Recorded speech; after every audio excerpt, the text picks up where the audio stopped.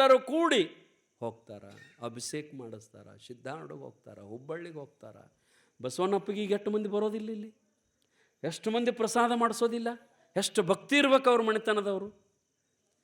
ಇನ್ನು ಬಹುತೇಕ ನಮ್ಮ ಬಸವಣ್ಣಪ್ಪಂದು ಪವಾಡ ನಮಗೆ ಗೊತ್ತಾಗಂಗಿಲ್ಲ. ಬೇರೂರು ಅವ್ರದ್ದು ಎಷ್ಟು ಭಕ್ತರು, ಎಷ್ಟು ಕೊಡ್ತಾರ, ಏನು ಮಾಡ್ತಾರ, ಏನು ಸುದ್ದಿ ಇರ್ಬೇಕಲ್ಲ. ಹಂಗೇನಪ್ಪ ಅಂತಂದ್ರೆ ಅದಕ್ಕೆ ಬಸವಣ್ಣವ್ರು ಹೇಳ್ತಾರಲ್ಲ, ಸತಿಪತಿಗಳು ಒಂದಾದ ಭಕ್ತಿ ಅಮೃತದೊಳಗೆ, ಸತಿಪತಿಗಳು ಒಂದಾದ ಭಕ್ತಿ ಹಿತವಾಗಿರ್ಬೋದು ಶಿವಂಗೆ.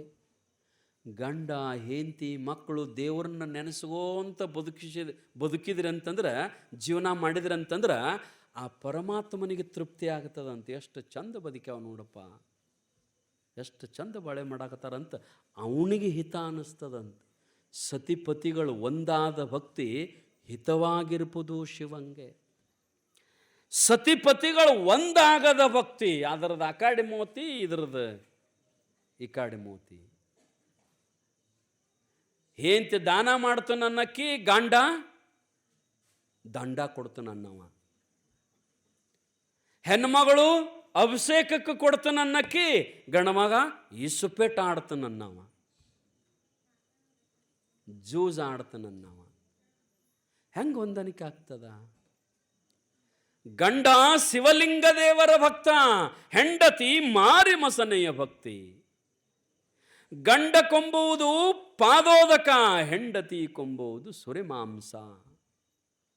ಬಾಂಡ ಭಾಜನ ಶುದ್ಧವಿಲ್ಲದವರ ಭಕ್ತಿ, ಹೆಂಡದ ಮಡಕೆ ಹೊರಗೆ ತೊಳೆದಂತೆ ಕೂಡಲ ಸಂಘ. ಏನು ಮಾಡೋದು? ಹೊಂದಾಣಿಕೆ ಇರಲಿಲ್ಲ, ಹೊಂದಾಣಿಕೆ ಇಲ್ಲದ ಜೀವನ ತಗೊಂಡು ಏನು ಮಾಡೋದದ? ದಿನದ 24 ತಾಸು ನೀ ಹಂತಾದ, ನೀ ಹಂತಾದ, ನೀ ಹಂತಕ್ಕಿ, ನೀ ಹಂತವ, ಅದು ಇದು ಕಡದಾಡ್ಕೊಂತ ಬಡದಾಡ್ಕೊಂತ ಮೋತಿ ಒಪ್ಪರೆ ಮಾಡ್ಕೊಂತ ಏನದ ಇಂಥ ಬದುಕಿನೊಳಗ? ಪ್ರಾಣಿಗಳು ನಮಗಿಂತಲೂ ಚಂದ ಬದುಕ್ಯಾವ್ರಿ. ನೀವೆಲ್ಲರ ಹೊರಗೆ ಹೋದಾಗ ನೋಡ್ರಿ, 2 ಗುಬ್ಬಿ ಕುಂತಿರ್ತಾವ, ತಂತಿ ಮೇಲೆ 2 ಗುಬ್ಬಿ ಕುಂತಿರ್ತಾವ. ಎಲ್ಲಾದರೂ ಒಂದು ಕಾಳು ಸಿಕ್ಕಿತ್ತು ಅಂತಂದ್ರೆ ಆ ಗಂಡು ಪಕ್ಷಿ ತನ್ನ ಬಾಯಿಯೊಳಗಿನ ಆ ಕಾಳು ತನ್ನ ಹೆಂಡತಿಯ ಬಾಯಿಯೊಳಗಿಡ್ತದ್ರಿ. ಎಷ್ಟು ಚಂದ ಬದುಕ್ಯಾವ ಗುಬ್ಬಿಗಳು, ಎಷ್ಟು ಚಂದ ಬದುಕ್ಯಾವ. ನಾವು ಹೆಂಗೆ ಬದುಕೀವಿ? ಗಂಡನ ತುಡುಗಿಲೆ ಹೆಂಡತಿ, ಹೆಂಡತಿನ ತುಡುಗಿಲೆ ಗಂಡ, ಇವಿ ಅಡ್ಡುತ್ತರ ತುಡುಗಿಲೆ ಮಕ್ಕಳು. ಬದುಕಂತಾರ ಇದು? ಬದುಕಂತಾರ ಇದು? ಇಲ್ಲ. ಗಂಡ ಹೆಂಡತಿಯ ಮಾತಿಗೆ ಗೌರವ ಕೊಡಬೇಕು, ಹೆಂಡತಿ ಗಂಡನ ಮಾತಿಗೂ ಗೌರವ ಕೊಡಬೇಕು. ಗಂಡ ಒಂದು ಈಟ್ ಏನ ಅನುಗುಣದ ಅದೇನು ತೆಗಿ, ಎಲ್ಲಿ ತಂದದ ಇದನ್ನ ಅಂದ ಬಿಡೋದು. ಹೆಂಡತಿ ಏನಾರ ಅನುಗುಣದ ಅಕ್ಕಿ ಮಾತು ತೆಗಿ, ಅದನ್ನೇನು ಮಾಡ್ತಿ ಅಂತ ಅಲ್ಲುಗಳದು ಬಿಡೋದು. ಮೊದಲು ಹೂ ಹಣ್ಣು ಹಾಕಿದು ಗಂಡನ ಮಾತು, ಮೊದಲು ಹೂ ಹಣ್ಣು. ಆ ನಂತರ ಅದು ಸರಿಯೋ ತಪ್ಪೋ, ಸಾಧಕನೋ ಬಾಧಕನೋ, ನಮ್ಮ ಮನೆತನಕ್ಕೆ ಅದು ಒಳ್ಳೆಯದೋ ಕೆಟ್ಟದ್ದೋ ನಂತರ ವಿಚಾರ ಮಾಡು. ಅರ್ಧಶಂಕ ಸ್ವೀಕೃತಿ ಅಂತ ಕರೀತಾರೆ ಅದಕ್ಕೆ. ಹಂಗೇನಪ್ಪ ಅಂತಂದ್ರೆ ಗಂಡನಿಗೆ ಹೆಂಡತಿ, ಹೆಂಡತಿಗೆ ಗಂಡ ಗೌರವ ಕೊಡಬೇಕು. ಕರಂಗಿಲ್ಲ ಅವನ ಊಟಕ್ಕೆ, ಕರಂಗಿಲ್ಲ ಅವನ ನಮ್ಮನಿಗೆ ಅಂದ. ಕರಂಗಿಲ್ಲ ಅಂತಂದಾಗ ಆಕಿ ಮನಸ್ಸಿನಾಗಂತೂ ಮಗ ಹುಟ್ಟಿದ್ದನ ಅವ್ರ ಆಶೀರ್ವಾದದಿಂದ. ಗಂಡ ಹಠವಾದಿ, ಅವ ಸಿದ್ಧಾರೂಢ ಅಜ್ಜನ ಕರಂಗಿಲ್ಲ ಅಂತಂದ್ರೆ ಬಹುತೇಕ ಇವಿನ ಕರಂಗೇ ಇಲ್ಲ. ಹೆಂಗೆ ಮಾಡ್ಬೇಕಂತ ಮನಿಯೊಳಗೆ ಅಳ್ಳಾಕತ್ತಿದ್ಲು. ಯಾರಿಲ್ಲದ ಜಾಗದಾಗ ಹೋಗಿ ಮನಿ ಹಿಂದೆ ಹೋಗಿ ಕೈ ಮುಕ್ಕೊಂಡು, ಸಿದ್ಧಾರೂಢ ಮಠದ ಕಡೆ ಕೈ ಮುಕ್ಕೊಂಡು ಅಂತಾಳ, ಕೈ ಮುಗಿದು ನಿಂತ, ಹೇ ಸಿದ್ಧಾರೂಢ, ಹೇ ಸಿದ್ಧಾರೂಢ, ನನ್ನ ಗಂಡ ನಿನ್ನ ಕರ್ಸಂಗಿಲ್ಲ ಅನ್ನಕತ್ತಾನೆಯಪ್ಪ, ನೀ ಯಾರವೋ ಏನೋ ಅನ್ನಕತ್ತಾನೆಯಪ್ಪ, ನಾ ಹೆಂಗೆ ಮಾಡ್ಬೇಕಪ್ಪ? ಸಿದ್ಧಾರೂಢ, ನೀ ಬರಲಿಲ್ಲ ಅಂದ್ರೆ ನನ್ನ ಮಗನ ಹೆಸರು ಇಡಬಾರ್ದು. ನೀ ಏನು ಮಾಡ್ತೀನಿ ನನಗೆ ಗೊತ್ತಿಲ್ಲ. ನಿನ್ನ ಪವಾಡಗಳು 1000 ಪವಾಡಗಳದಾವು. ನೀ ಇಲ್ಲಿ ಬಂದಾಗನ ಹೆಸರಿಡೋದಾಗಿರ್ಬೇಕು ನೋಡಿ. ನೀನ ಏನು ಮಾಡ್ಕೋತಿ ಮಾಡ್ಕೋ, ನನ್ನ ಕೈಯೊಳಗೆ ಏನೂ ಇಲ್ಲ. ನಾ ಏನು ಹೆಣ್ಣು ಮಗಳು, ಹೆಣ್ಣು ಅಬಲೆ. ಗಂಡನಿಗೆ ಒಂದು ಮಾತು ಹೇಳೋದಷ್ಟೇ, ಅವ ಕೇಳಲಿಲ್ಲ ಅಂದ್ರೆ ನಾನು ಏನು ಮಾಡಬೇಕು? ನಾನೇನು ಮಾಡಬೇಕು? ಸಿದ್ಧಾರೂಢ, ನೀನ ಹೆಂಗೆ ಮಾಡ್ಕೋತಿ ಮಾಡ್ಕೋರಪ್ಪ. ಇವನ ಹೆಸರಿಡೋಕ್ಕಿಂತ ಮೊದಲು ನಿಮ್ಮ ಮನೆಗೆ ಬರ್ಬೇಕು ನೋಡು. ಎಲ್ಲ ಅವನ ಮ್ಯಾಗ ಒಗೆದು ಬಿಟ್ಲು. ಮನೆಯಾಗೆಲ್ಲ ತಯಾರು ಮಾಡಿದ್ರು. ಆಚಾರ್ಯರು ಬಂದರು, ಹೆಣ್ಮಕ್ಕಳು ಬಂದರು, ತೊಟ್ಟಿಲು ಶೃಂಗಾರ ಮಾಡಿದರು. ಅದರ ನಿಮಿತ್ತ ಮನೆಯೊಳಗೆ ದೇವರಿಗೆ ಅಭಿಷೇಕ ಇಟ್ಟಿದ್ದ ಗಂಡ. ಇನ್ನೇನು ದೇವರಿಗೆ ಅಭಿಷೇಕ ಮಾಡ್ಬೇಕಂತ ಆಚಾರ್ಯರನ್ನ ಅರ್ಚಕರನ್ನು ಕರ್ಕೊಂಡು ದೇವರು ಕೋಲಿಯೊಳಗೆ ಹೋದ. ದೊಡ್ಡ ಫೋಟೋ ಇತ್ತು, ಕೃಷ್ಣ ಪರಮಾತ್ಮನ ಫೋಟೋ ಇತ್ತು. ಯಾಕಂದ್ರೆ ಬ್ರಾಹ್ಮಣರವ, ಕೃಷ್ಣನ ಫೋಟೋ ಇತ್ತು ಮನೆಯೊಳಗೆ. ದಿವಸ ಕೃಷ್ಣನ ಪೂಜೆ ಮಾಡ್ತಿದ್ದ. ಗಂಡ ಒಳಗೆ ಹೋಗಿ ಆ ಕೃಷ್ಣನ ಫೋಟೋ, ಅಲ್ಲಿ ಇರ್ತಕ್ಕಂಥ ಕೃಷ್ಣನ ಮೂರ್ತಿಗಳಿದ್ದು ಕಂಚಿನು, ಅವತ್ತನ್ನು ಪೂಜಾ ಮಾಡ್ಬೇಕಂತ ಆಚಾರ್ಯನ ಕರ್ಕೊಂಡು ಒಳಗೆ ಹೋಗುದಷ್ಟು ತಡ ಆ ಕೃಷ್ಣನ ಫೋಟೋ ಇರ್ತ ನೋಡ್ರಿ. ಆ ಕೃಷ್ಣನ ಫೋಟೋದಾಗ ಕೃಷ್ಣನ ಚಿತ್ರ ಹೋಗಿ ಸಿದ್ಧಾರ್ಥನ ಚಿತ್ರ ಬಂದಿತ್ತು. ಆ ಫೋಟೋದಾಗ ಸಿದ್ಧಾರ್ಥ ಹಿಂಗೇನು ಕೈ ಜೋತಿ ಬಿಟ್ಕೊಂಡು ಕೂತಾನಲ್ಲ, ಹಿಂಗೆ ಕುತ್ತದ ಫೋಟೋ ಕಾಣಕೈತ ಅವನಿಗೆ.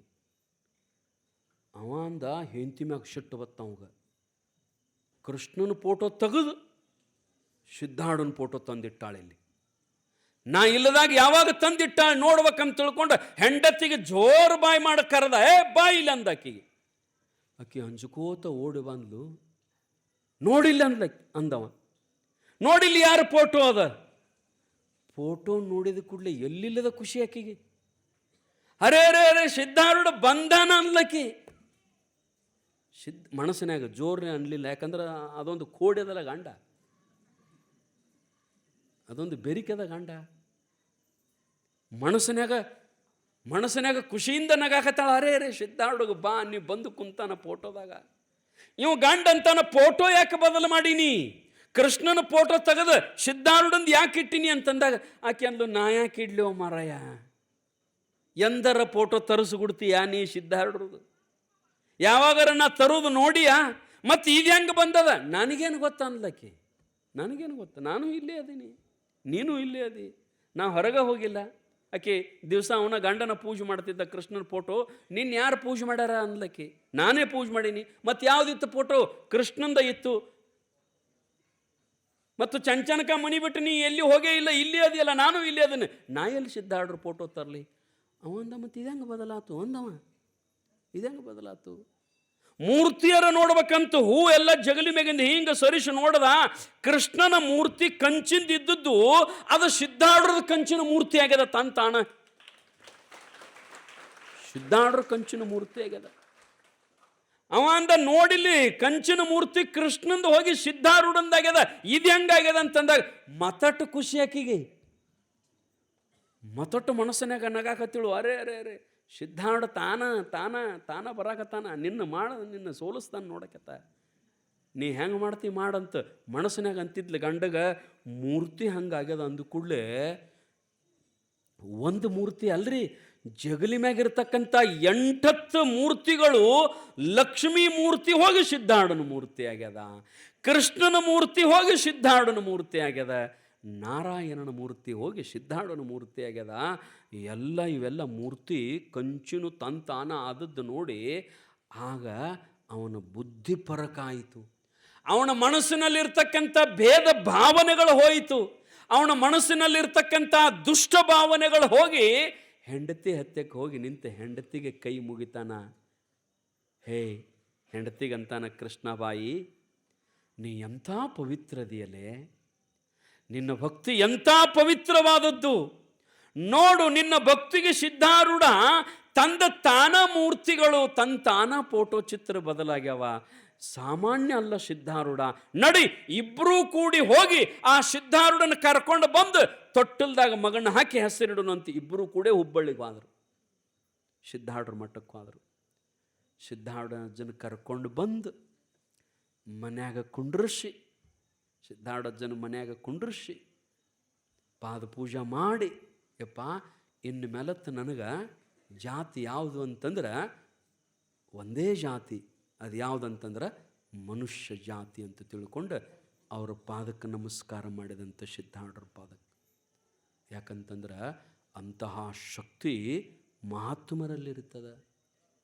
ಸದ್ಗುರುನಾಥ ಅಂತಂದ್ರೆ ಬೇರೆ ಯಾರೂ ಅಲ್ರಿ, ಆ ಪರಮಾತ್ಮನೇ ಸದ್ಗುರುನಾಥನ ರೂಪದೊಳಗೆ ಬಂದಿರ್ತಾನ್ರಿ. ಸದ್ಗುರುನಾಥನ ರೂಪದೊಳಗೆ ಬಂದಿರ್ತಾನೆ. ಆ ರೀತಿಯೊಳಗೆ ನಾವೇನಪ್ಪ ಅಂತಂದ್ರೆ ದೇವರ ಸಣ್ಣ ಹುಡುಗರಲ್ಲಿಯೂ ಅವತಾರಿ ಪುರುಷ. ನಿಮಗೆ ಗೊತ್ತಿರಬೇಕು, ಜ್ಞಾನದೇವ ಬಹಳ ಸಣ್ಣವ, ಕೇವಲ 6-8 ವರ್ಷದ ಜ್ಞಾನದೇವ ಕ್ವಾಣಿನ ಬಾಯಿಲೆ ವೇದಗಳನ್ನು ನುಡಿಸಿದರಿ. 4 ವೇದಗಳು ಅವನು ಎಲ್ಲ ಜಾತಿಯವರು ಹೊರಗೆ ಹಾಕಕ್ಕೆ ನಿಂತಿದ್ರು. ಜ್ಞಾನದೇವನ್ನ ಹೊರಗೆ ಹಾಕಕ್ಕೆ ನಿಂತಾಗ ವೇದಗಳನ್ನು ಅವರೆಲ್ಲ ಬ್ರಾಹ್ಮಣ ಪಂಡಿತರನ್ನು ಕರೆದು ಮುಂದೆ ನಿಂದಿರಿಸಿ, ವೇದಗಳನ್ನು ಬ್ರಾಹ್ಮಣರಷ್ಟೇ ನುಡಿಬೇಕಂತಲ್ಲ, ವೇದಗಳನ್ನು ಬ್ರಾಹ್ಮಣರಷ್ಟೇ ಓದಬೇಕಂತಲ್ಲ, ಜಗತ್ತಿನ ಎಲ್ಲ ಮಾನವರು ಉಪನಿಷತ್ತುಗಳನ್ನು ಓದಬೇಕು, ಜಗತ್ತಿನ ಎಲ್ಲ ಮನುಷ್ಯರು ವೇದಗಳನ್ನು ಓದಬೇಕು ಅಂತ ಹೇಳಿ, ವೇದಗಳನ್ನು ಮನುಷ್ಯರಷ್ಟೇ ಅಲ್ಲ ಪ್ರಾಣಿಗಳೂ ವೇದಗಳನ್ನು ಓದ್ತಾವಂತೇಳಿ ಹಾದು ಹೋಗು ಕ್ವಾಣಿನ ಕರೆದ ಮುಂದೆ ನಿಂದಿರಿಸಿ, ಎಲ್ಲ ಪಂಡಿತರನ್ನು ಕರೆದು ಮುಂದೆ ನಿಂದಿರಿಸಿ, ಕ್ವಾಣಿನ ತಲೆ ಮೇಲೆ ಹಿಂಗೆ ಕೈ ಇಟ್ಟು ಹೇಳ್ತಾನ ಜ್ಞಾನದೇವ. 6-8 ವರ್ಷದ ಹುಡುಗರಿ, 6-8 ವರ್ಷದ ಬಾಲಕ ಕ್ವಾಣಿನ ತಲೆ ಮೇಲೆ ಕೈ ಇಟ್ಟು ಹೇಳ್ದ, ಹೇ ಕೋಣ, ನಿನ್ನ ಬಾಯಿಂದ 4 ವೇದಗಳು ಬರ್ಬೇಕೆ ನೋಡಂತ ತನ್ನ ಅಮೃತ ಹಸ್ತವನ್ನು ತಲೆ ಮೇಲಿಟ್ರ ಕ್ವಾಣಿನ ಬಾಯಿಲೆ ವೇದಗಳ ಪ್ರಾರಂಭ ಮಂತ್ರಗಳು ಬಂದು. ಎಂತಹ ಶಕ್ತಿ ಇರಬೇಕು ಅವತಾರಿ ಪುರುಷರಲ್ಲಿ, ಮಹಾತ್ಮರಲ್ಲಿ. ಕ್ವಾಣಿನ ಬಾಯಿಯೊಳಗೆ ವೇದ ಬರೆಸುವಂಥ ತಾಕತ್ತು ಮಹಾತ್ಮರಲ್ಲಿ ಐತಂದ್ರೆ, ಮನುಷ್ಯರ ಬಾಯಿಂದ ಮಂತ್ರಗಳನ್ನು ಬರ್ಸಾಕ ಅವ್ರಿಗೆ ಆಗಂಗಿಲ್ಲೇನು? ಆದರೆ ನಾವು ಶರಣಾಗತಿ ಆಗಬೇಕು, ನಾವು ಸರ್ವವನ್ನು ಸಮರ್ಪಣೆ ಮಾಡಬೇಕು ಸದ್ಗುರುನಾಥನಿಗೆ, ದೇವರಿಗೆ. ಎಲ್ಲ ನಿಂದದಪ್ಪ ಪರಮಾತ್ಮ, ನಂದೇನದ ಜಗತ್ತಿನೊಳಗೆ, ನಮ್ಮದೇನದ ಹೇಳ್ರಿ ನೋಡೋಣ. ನಮ್ಮಿಂದ ಏನೂ ತಯಾರು ಮಾಡೋಕ್ಕಾಗಂಗಿಲ್ಲ. ಬರೀ ನಮ್ಮ ಮೇಯಾಗಿದ್ದು ಒಂದು ಕೂದಲ ಕಿತ್ತು ಹೊಳ್ಳೆಲ್ಲೇ ಹಚ್ಚಕ್ಕಾಗಂಗಿಲ್ಲ. ನಮಗೆ ಬರ್ತದೇನ್ರಿ? ನಮಗೆ ಏನೂ ಮಾಡೋಕ್ಕಾಗಂಗಿಲ್ಲ. ಕಾಳು ತಯಾರು ಮಾಡೋಕೆ ಬರಂಗಿಲ್ಲ, ಗಾಳಿ ತಯಾರು ಮಾಡೋಕೆ ಬರಂಗಿಲ್ಲ. ಇದ್ದದ್ದು ಅನುಭವಿಸೋದು, ಉಣ್ಣೋದು, ಉಡೋದು, ಕುಂಡ್ರೋದು ಅಷ್ಟೇ. ನಾವು ಅಂತಿರ್ತೀವಿ, ಏನು ಮನೆ ಕಟ್ಟಿನ್ರಿ, ಏನು ಮನೆ ಕಟ್ಟಿನ್ರಿ, ಎಲ್ಲ ನಾನ ಕಟ್ಟೀನಿ. ಕಟ್ಟಿದವ ಬೇರೆ, ಇವ ಅಲ್ಲ ಅದನ್ನು ಕಟ್ಟಿದವ ಬೇರೆ, ಪ್ಲ್ಯಾನ್ ಹಾಕಿದವ ಬೇರೆ. ಅವ್ರಿಗೆಲ್ಲ ರೊಕ್ಕ ಕೊಟ್ಟನಿಲ್ಲ, ರೊಕ್ಕ ಕೊಡ್ಬೋದು, ರೊಕ್ಕರ ನಿನ್ನುವನು. ಆ ರೊಕ್ಕಾರ ನೀ ಏನು ಬರುವಾಗ ತಂದೇನು? ನಿಂದು ಏನೂ ಇಲ್ಲಿ ಕಲ್ಲು ನಿಂದಲ್ಲ, ಮಣ್ಣು ನಿಂದಲ್ಲ, ನೀರು ನಿಂದಲ್ಲ, ಸಿಮೆಂಟ್ ನಿಂದ ನೀ ಅಲ್ಲ, ಉಸುಕು ನಿಂದಲ್ಲ, ಅವತ್ರನ್ನು ಕೊಟ್ಟ ತರಕ ರೊಕ್ಕೂ ನಿಂದಲ್ಲ. ನಂಬದು ಏನೂ ಇಲ್ಲ, ಎಲ್ಲವೂ ಪರಮಾತ್ಮಂದು. ಅದಕ್ಕೆ ಉಪನಿಷತ್ತು ಹೇಳ್ತದ, ಈಶಾವಾಸ್ಯಮಿದಂ ಸರ್ವಂ ಯತ್ ಕಿಂಚಿತ್ ಜಗತ್ಯಾಂ ಜಗತ್. ಎಲ್ಲವೂ ಪರಮಾತ್ಮಂದದ. ನಾವು ಅವಂಗೆ ಅರ್ಪಿಸಿ ದೊಡ್ಡ ದಾನಿಗಳಾಗಿ ಬಿಡೋದು. ನಾವು ಅವನಿಗೆ ಕೊಟ್ಟು ದೊಡ್ಡ ದಾನಿಗಳಾಗಿ ಬಿಡೋದು. ಇನ್ನು ಕೀರ್ತಿ ಬರ್ತದೆ. ನಂಬದನ್ನೋದು ಏನೂ ಕೊಡೋಂಗಿಲ್ಲ, ನಂಬದನ್ನೋದು ಕೊಡೋಕೆ ಏನೂ ಇಲ್ಲ. ಅದಕ್ಕೆ ಬಸವಣ್ಣನಿಗೆ ಕೇಳ್ದಂತ, ಅಲ್ಲಮ್ಮ ಪ್ರಭು, ಏನು ಬೇಡ್ತಿ ಬೇಡ, ನಾನು ಕೊಡ್ತೀನಿ ಅಂದಂತ ಬಸವಣ್ಣ. ಬೇಡು ಬೇಡಲೇ ಹಂದೆ, ಕಣ್ಣು ಬೇಡಿದ ಡೀವೆ, ಕಿವಿ ಬೇಡಿದ ಡೀವೆ. ನೀ ಏನು ಬೇಡ್ತಿ ಅದನ್ನು ಕೊಡ್ತಾನಂತ ಬಸವಣ್ಣ ಹೇಳಿದಾಗ, ಅಲ್ಲಮ್ಮ ಪ್ರಭು ಅಂದಂತ, ಕೊಡಾಕ ನಿಂದೇನೈತು ಅಂದಂತವ. ಕೊಡಾಕ ನಿಂದೇನದ? ಮೇರು ಪರ್ವತಗಳೆಲ್ಲ ಪ್ರಮಥರೊಡವೆ, ಹೊಲ ಒಬ್ಬರದದ, ನೀರು ಪರಮಾತ್ಮಂದದ, ಗಾಳಿ ಎಲ್ಲ ಪರಮಾತ್ಮಂದದ. ನಿಂದನ್ನುವುದೇನದ? ನೀ ಏನು ಕೊಡ್ತೀಯಪ್ಪ? ಅಲ್ಲಮ್ಮ ಪ್ರಭು ಕೇಳಿದಂತ, ಏನು ಕೊಟ್ಟು ಭಕ್ತನಾದೆ ಬಸವಣ್ಣ. ಏನು ಕೊಟ್ಟು ಭಕ್ತಾದೆಪ್ಪ ನೀನು? ಪರಮಾತ್ಮನಿಗೆ ಕೊಡಕ್ಕೆ ಎಷ್ಟೋ ಕಷ್ಟ ಆಗ್ತದ ಅಂತ ಹೇಳಿ ಪ್ರಭುದೇವರು ಹೇಳ್ದಂಗೆ ನಂಬದನ್ನೋದು ಜಗತ್ತಿನೊಳಗೆ ಏನೂ ಇಲ್ಲ, ಎಲ್ಲ ಭಗವಂತಂದದ, ಎಲ್ಲ ಸದ್ಗುರುನಾಥನ ಕೃಪೆಯಿಂದ ಈ ಜಗತ್ತು ನಡೆದದ, ಅವನಿಂದ. ಎಂತೆಂತಹ ಶಕ್ತಿವಂತರದಾರ ಜಗತ್ತಿನೊಳಗೆ, ಅವತಾರಿ ಪುರುಷರದಾರ. ಬಸವಣ್ಣ ಅವತಾರಿ ಪುರುಷ, ಅವನೊಬ್ಬ ಪರಮಾತ್ಮನ ಸ್ವರೂಪಿ. ಅಷ್ಟೇ ಅಲ್ಲ, ಅವನೊಬ್ಬ ಪ್ರಧಾನಮಂತ್ರಿ. ಅಷ್ಟು ಇದ್ದರೂ ನಾ ದೊಡ್ಡವ ಅಂತ ಒಂದು ದಿನಾನೂ ಅವನ ಬಾಯಿಲೇ ಬರಲಿಲ್ಲ. ಬಸವಣ್ಣ ಒಂದು ಮಾತಂದ, ಏನಂತಂದ್ರೆ ಎನಗಿಂತ ಕಿರಿಯರಿಲ್ಲ. ಬಸವಣ್ಣ ಬಾಯಿಲೆ ಮಾತು ಬರ್ತದೆ, ಎನಗಿಂತ ಕಿರಿಯರಿಲ್ಲ. ಅಂದ್ರೆ ಬಸವಣ್ಣಂತನ ಜಗತ್ತಿನೊಳಗೆ ನನಗಿಂತಲೂ ಸಣ್ಣವ್ರು ಯಾರೂ ಇಲ್ಲ. ಜಗತ್ತಿನೊಳಗೆ ನಾನೇ ಸಣ್ಣವ, ನನಗಿಂತಲೂ ಸಣ್ಣವರೇ ಯಾರೂ ಇಲ್ಲ. ಬಸವಣ್ಣ ಅವ ಮತ್ತು ಪ್ರಧಾನಮಂತ್ರಿ ಮತ್ತವ ಬಿಜ್ಜಳ ರಾಜನ ರಾಜ್ಯದ ಪ್ರಧಾನಮಂತ್ರಿ ಬಸವಣ್ಣ. ಅವನ ಬಾಯಿಲೆ ಒಂದು ಮಾತು ಬರ್ತದ, ಜಗತ್ತಿನೊಳಗೆ ನನಗಿಂತಲೂ ಸಣ್ಣವ್ರು ಯಾರೂ ಇಲ್ಲ, ನಾನೇ ಸಣ್ಣವ ಅಂತ ಬಸವಣ್ಣಂತಾನ. ನಾವು ನಮಗಿಂತಲೂ ದೊಡ್ಡವ್ರು ಯಾರೂ ಇಲ್ಲ, ನಾವೇ ದೊಡ್ಡವರು ಅಂತ ನಾವು ಮೆರೆದಾಡಕತ್ತೀವಿ ಊರಾಗ. ಒಂದೀಟೆಲ್ಲರ ಆರಿಶ ಬಂದ್ರೆ ಮುಗೀತು ನಮ್ಮ ಕತೆ. ಬರೇ ಪ್ರಧಾನಮಂತ್ರಿ ಬಸವಣ್ಣ ಏನಂತಾನಂತಂದ್ರೆ, ಬಾಗಿದ ತಲೆ ಮುಗಿದ ಕೈಯಾಗಿರಿಸು ಕೂಡಲ ಸಂಗಮ ದೇವ. ಹೇ ಪರಮಾತ್ಮ, ನನ್ನ ಹೆಂಗ ಬದುಕಿಸು ಜಗತ್ತಿನೊಳಗಂದ್ರೆ ಯಾವತ್ತೂ ನನ್ನ ಕೈ ಹಿಂಗೆ ಮುಗಿದಿರ್ಬೇಕು, ನನ್ನ ಕೈಯ ಹಿಂಗೆ ಮುಗಿದಿರ್ಬೇಕು, ನನ್ನ ತಲೆ ಬಾಗಿರ್ಬೇಕು. ಬಾಗಿದ ತಲೆ ಮುಗಿದ ಕೈ ಆಗಿರಿಸು ಕೂಡಲ ಸಂಗಮ ದೇವ. ಪ್ರಧಾನಮಂತ್ರಿ ಬಸವಣ್ಣ ಯಾರು ಬೇಕಾದವ್ರಿಗೆ ಶರಣ್ರಿ ನಮಸ್ಕಾರ ರೀ ಅಪ್ಪ ಅಂತಿರ್ತಾನೆ, ನಮಸ್ಕಾರ ರೀ ಅಪ್ಪ ಅಂತಿರ್ತಾನೆ ಪ್ರಧಾನಮಂತ್ರಿ ಇದ್ದು. ಆದರೆ ನಾವು ಯಾವುದೋ ಒಂದು ವಾರ್ಡಿಗೆ ಮೆಂಬರಾಗಿ ಆರಿಸಿ ಬಂದೀವಿ ಅಂದ್ರೆ ಓಟ್ ಹಾಕಿ ನಾವು ನಮಸ್ಕಾರ ರೀ ಮೆಂಬರ್ ಅಂದ್ಕೂಲ ಮಾಡ್ತಾನಿವ. ಯಾಕೆ ಆರಿಸಿ ಬಂದಾನಿವ, ಪಂಚಾಯತಿಗೆ ಮೆಂಬರ್ ಆಗ್ಯಾನ. ಯಪ್ಪ, ಈ ಅಧಿಕಾರ ಭಾಳ ವರ್ಷ ಇರಂಗಿಲ್ಲ, ಈ ಆಸ್ತಿ ಭಾಳ ವರ್ಷ ಇರಂಗಿಲ್ಲ. ಸಿರಿ ಎಂಬುದು ಸಂತೆಯ ಮಂದಿ ಕಂಡಯ್ಯ. ಒಮ್ಮೆ ಸಿರಿತನ ಹೋಗ್ತದ, ಒಮ್ಮೆ ಬರ್ತದ, ಒಮ್ಮೆ ರೊಕ್ಕ ಮನ್ಯಾಗ ಸಾಕಾಗುವಂಗೆ ಬರ್ತಾವ, ಒಮ್ಮೆ ಸಕ್ರೆ ಚಾ ಪುಡಿ ತರಕ್ಕೆ ರೊಕ್ಕ ಇರಂಗಿಲ್ಲ, ಒಮ್ಮೆ ಗಾಂಧೆನಿ ತರಕ್ಕೆ ರೊಕ್ಕ ಇರಂಗಿಲ್ಲ, ಒಮ್ಮೆ ಹಂಗೆ ಆಗ್ತದ, ಒಮ್ಮೆ ಹಂಗೆ ಆಗ್ತದ. ಇದ್ರ ಮೇಲೆ ನಂಬಿಕೆ ಇಡಬೇಡ್ರಿ. ಸಿರಿ ಎಂಬುದು ಸಂತೆಯ ಮಂದಿ ಕಂಡಯ್ಯ, ಸಂಸಾರವೆಂಬುದು ಗಾಳಿಯ ಸೊಡರು. ಈ ಸಂಸಾರದ ಮ್ಯಾಗ ಭಾಳ ನಂಬಿಕೆ ಇಡಬೇಡೋ. ಇದು ಗಾಳಿಗಿಟ್ಟು ದೀಪ ಇದ್ದಂಗೆ, ಇದು ಗಾಳಿಯ ಸೊಡರು. ಸಂಸಾರವೆಂಬುದೊಂದು ಗಾಳಿಯ ಸೊಡರು. ಸೊಡರು ಅಂದ್ರೆ ದೀಪ. ದೀಪವನ್ನು ಗಾಳಿಯೊಳಗಿಟ್ಟಾರ, ಅದು ಯಾವಾಗ ಆರ್ತದ ಹೇಳಕ್ಕೆ ಬರಂಗಿಲ್ಲ. ಅದ್ರ ಮ್ಯಾಗ ನಂಬಿಕೆ ಇಡಬೇಡ. ಹಂಗಿದು ಇದ್ರ ಮ್ಯಾಗ ನಂಬಿಕೆ ಇಡಬೇಡ. ಯಾವಾಗ ಗಪ್ಪಕ್ಕತೆ ಹೇಳಕ್ಕೆ ಬರಂಗಿಲ್ಲ, ಯಾವಾಗ ಉಸುಲು ಕಟ್ಟಕ್ಕತೆ ಹೇಳಕ್ಕೆ ಬರಂಗಿಲ್ಲ, ಯಾವಾಗ ಒಳಗೆ ಬ್ಲಾಕ್ ಆಗ್ತದೆ ಹೇಳಕ್ಕೆ ಬರಂಗಿಲ್ಲ. ಇದರ ಮ್ಯಾಗೂ ನಂಬಿಕೆ ಇಡಬೇಡ. ಸಿರಿತನದ ಮ್ಯಾಗೂ ನಂಬಿಕೆ ಇಡಬೇಡ. ನಂಬಿಕೆ ಇಡಬೇಕಾಗಿತ್ತು ಅಂದ್ರೆ ಆ ಭಗವಂತನ ಮೇಲೆ ನಂಬಿಕೆ ಇಡಪ್ಪ, ಪರಮಾತ್ಮನ ಮೇಲೆ ನಂಬಿಕೆ ಇಡ. ಅವನ ಮ್ಯಾಗ ನಂಬಿಕೆ ಇಟ್ಟಂದ್ರೆ ನಿನ್ನ ಬದುಕೆಂಬ ದೋಣಿ ಭಾಳ ಚಂದ ಹೊಳಿ ದಾಟ್ತದ. ಅವನ ಮ್ಯಾಗ ನಂಬಿಕೆ ಇಡಬೇಕು.